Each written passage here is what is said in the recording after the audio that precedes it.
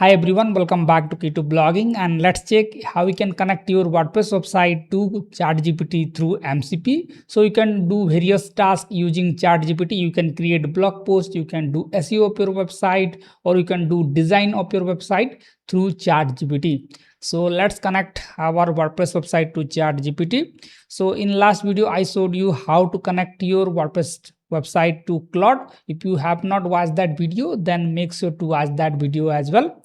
So to connect, first we need to use a plugin. Just go to plugin, click on add plugin, and here you need to simply search for MCP, and here you will find a plugin like this, Royal MCP. Just install and activate it, and after that you will see a new option, Royal MCP. Here you need to enable these three toggle, and then you need to copy your MCP server URL, and then scroll down and hit save settings. Make sure to save the settings. Now let's go to ChatGPT, click on your profile and go to settings. Now you need to click on apps and click on advanced setting. Now you need to enable the developer mode. So if you have not enabled it, then make sure to enable it. And after that, you can create your app. Just click on that. Now here you can set a name like WordPress, and you can add your server URL, and you can set the authentication method to OAuth.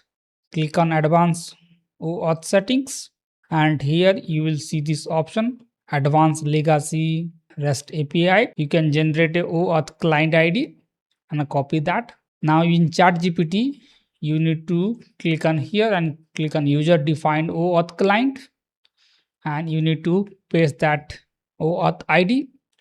Now you need to generate a OAuth client secret, copy that and paste it in ChatGPT. Now let's keep everything same, and let's click on create. Now it will show a prompt like this. Just click on sign in with WordPress.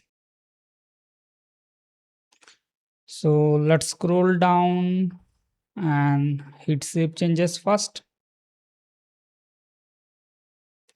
And let me refresh it. Let's click on authorize.